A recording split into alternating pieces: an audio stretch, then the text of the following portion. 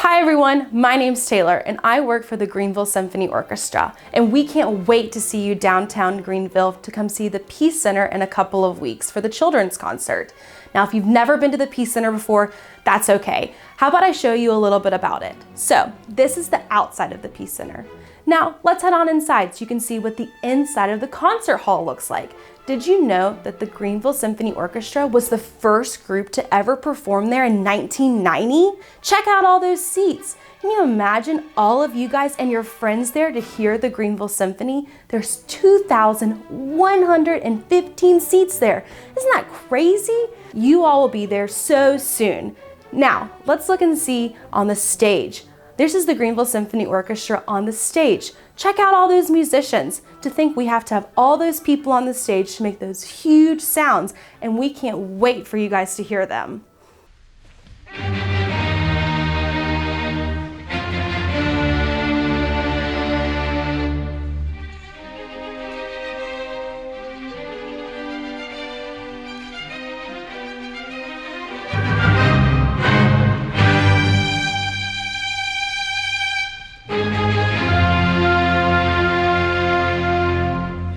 Now that we've seen the orchestra on the stage, let's meet the people on the stage. An orchestra is split up into different sections. We have the strings, the woodwinds, the brass, and the percussion. The strings are made up of harps, violins, violas, cellos, and basses. Did you know this is the largest section of the orchestra? Next, the woodwinds. They're made up of flutes, oboes, clarinets, and bassoons. Those instruments all use reeds, and that's what helps vibrate to make the noise. Then the brass section. It's made up of French horns, trumpets, trombones, and tubas. All these instruments use mouthpieces to make vibrations with their lips. Lastly, the percussion section is made up of the triangle, snare drum, bass drum, xylophone, and timpani. All of these instruments use sticks to create sound. Now that we've met everyone on the stage, but we're missing one important person, the conductor. Let's meet the Greenville Symphony Orchestra's conductor, Maestro Edvard Tchivzhel. He's going to tell you a little bit about himself. Hello everyone, my name is Edvard Tchivzhel. I'm the music director and conductor of the Greenville Symphony Orchestra since 1999. So tell us, Edvard, why did you want to be a conductor? Well, I started my musical education playing piano, then eventually cello and French horn. But each time I listened to big symphony orchestra, I was amazed. So from about 14 years old, I decided to be conductor. And of course, conductor staying in front of many people and controlling all this sound, it was fascinating for me. Wow. That's amazing. So why don't you tell everyone, what does a conductor do? Conductor has to put everything together to make sure that all these different people with different instruments playing together have a great knowledge of symphonic repertoire. He has to understand specific of each instrument. He has to be able to teach people how to play, special skills of leadership and great musicianship. And above all, good conductor, need very good manual technique to, with his hands to show when to play, how to play, and how fast to play. That is not easy task. Wow, I had no idea a conductor did all those things for the musicians to get on stage. So why don't you tell everyone about what the music they're going to be hearing when they come to the Peace Center? So we will present you this time great piece called The Planets, written by great English composer Gustav Holst. So he wrote a piece called The Planets, describing musically all 7 planets. So we know we have 8 planets in our solar system, including Earth.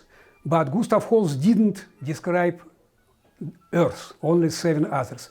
Many thousand years ago, people of Roman Empire believed that there's many gods, not just one, and each takes care about particular part of human life. So planets were named after these gods. Composer Holst, and he made portraits of these planets in accordance to character and individualities of these gods. Thank you. Before Maestro Edvard Tchivzhel tells us about what the planets sound like in the piece, let's also bring in Maggie. She's a planetarium specialist from Roper Mountain Science Center. She's going to tell us what the planets look like and some of their characteristics. Hi, thank you so much for having me today. I'm super excited to be here, and I am coming to you from our planetarium here at Roper Mountain. If you didn't know, we have a really cool planetarium and also an observatory that has a pretty big telescope that you can come and look through. The first planet on our journey is Mars. As Holst named it, Mars is the bringer of war. Mars was god of war, actually. Of course, music is properly very aggressive, very loud beats of percussion like gun machine, military attacks, and sometimes you can hear victorious fanfares.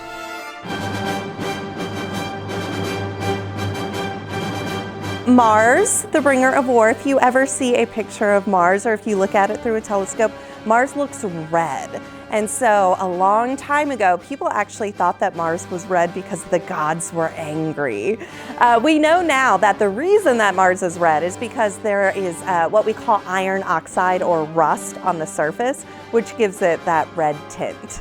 Then second movement called Venus, bringer of the peace. Venus was goddess of love and peace. Music, it will be very contrasting, very soft, very gentle, beautiful. So Venus as the bringer of peace is an interesting idea. The composer felt that Venus would come after Mars, so after war we have peace. When you look at Venus, you might see all these like swirling clouds that happen, and to me that kind of brings like a calming, kind of peaceful moment. The third planet is called Mercury.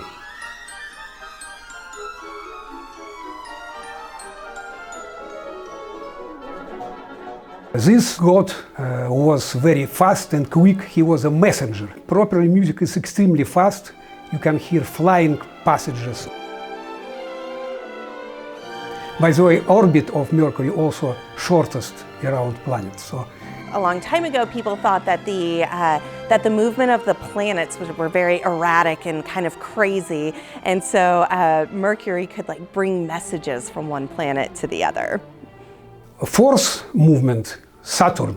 This music will be more dramatic because Saturn was god of old age, which is not necessarily a nice thing. Sometimes you will hear outbursts of despair.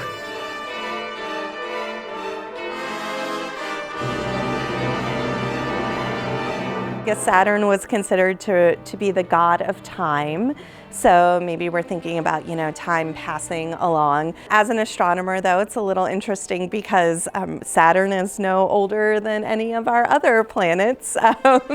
So all of our planets were created right around the same time. But at the end, everything looks suddenly soft, beautiful, as if person came to the paradise.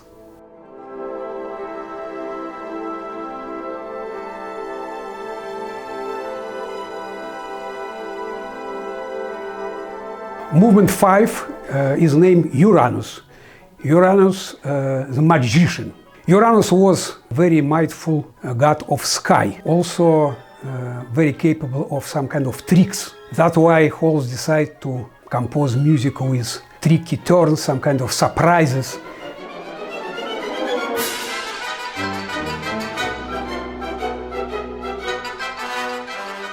Oh, this is an interesting one. Uranus is actually my favorite planet. If you think about the music, you might think of what they describe as like a clumsy dance.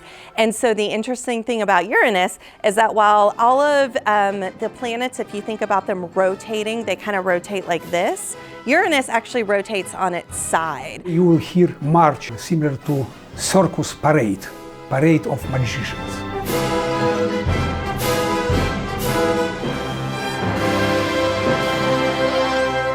Then we go to our sixth movement of this circle. It is planet Neptune. It's most far away planet from Sun. And it is also coolest planet in our solar system. It's a lot of mystery about this planet, and music is really mysterious.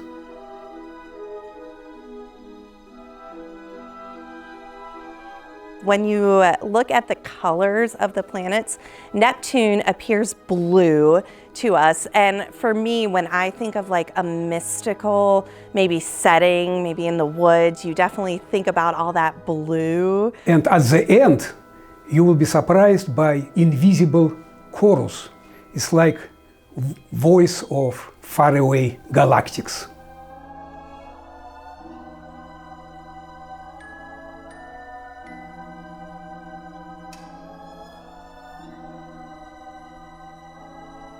So our last movement of the journey will be on the planet Jupiter. As Holst named it, Jupiter is the bringer of jollity. When we think about Jupiter as a planet, Jupiter is the largest planet. And we can think about maybe Jupiter bringing forth things like power and wealth and, at the end of the day, joy.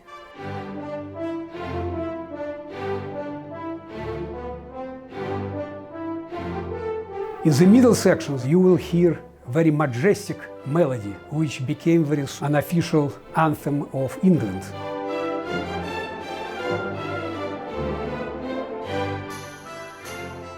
Jupiter was considered the king of all gods in ancient Roman mythology. He was most powerful, most energetic, most generous, and very joyous. So I'm really looking forward to see all of you in our concerts, and I hope you will enjoy it. Thank you, Maggie and Edvard, for telling us about what the planets sound like and look like.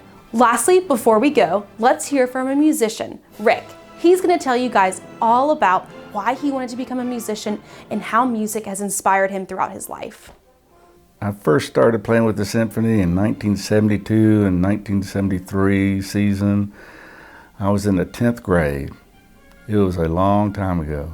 When I was in the 3rd grade, my mother would take me to Furman University, where the symphony played their concerts on Thursday nights. We'd sit up in the balcony because nobody would go in the balcony. I could fall asleep up there in the balcony, and Mama let me. And the only time I would wake up is when the timpanist, the fella playing the big old kettle drums, he would play. And I loved hearing those kettle drums. And that's what made me want to get into playing in the symphony. So as soon as I could learn how to play drums, that's when I started playing. Playing drums is gotten me where I am today. I can look back over my entire life, even back to the 3rd grade, and see how playing music, being involved in music, has gotten me to this point in my life. Wouldn't change a thing. Thanks for hanging out with me today as we learn about the planets by Gustav Holst. We can't wait to see you in the Peace Center here soon. Maybe this inspired you to come to one of our concerts or pick up an instrument of your own.